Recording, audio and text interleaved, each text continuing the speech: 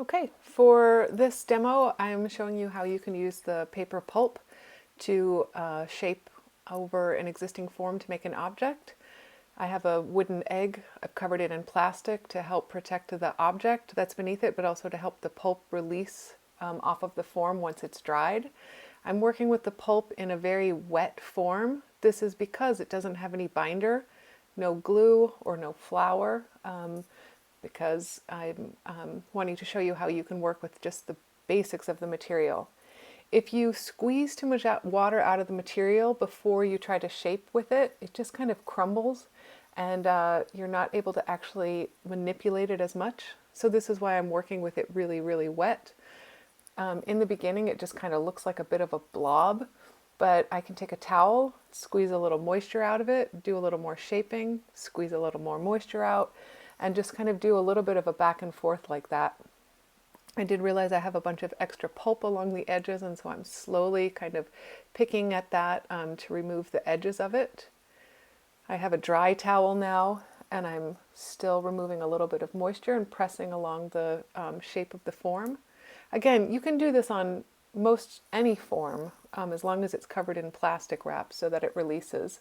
And I do plan on excavating the wooden egg out of here, although if it was a shape you didn't necessarily care about or want, you could potentially just leave it inside of there.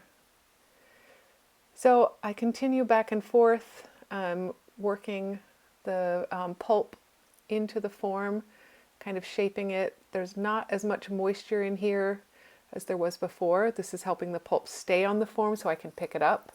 I am planning on putting pulp on the bottom half of this so I can have a form that's fully enclosed.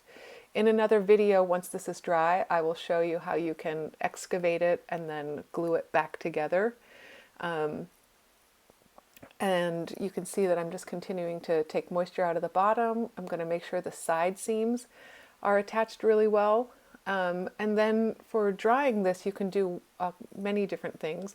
You could just leave it set out in the sun. You could put it by a fan. You could use a blow dryer, and you could also even put it in the oven. If you have it in an oven, keep it under 200 degrees. If you have a convection setting, use that. And if not, even with the convection setting, open up the door to let steam out every once in a while and continue to check on it. I like to set a timer for every 10 or 15 minutes just so I don't forget that I have paper in the oven. But once it's all together, then you can cut it apart and paint it or do whatever one does with a paper mache egg.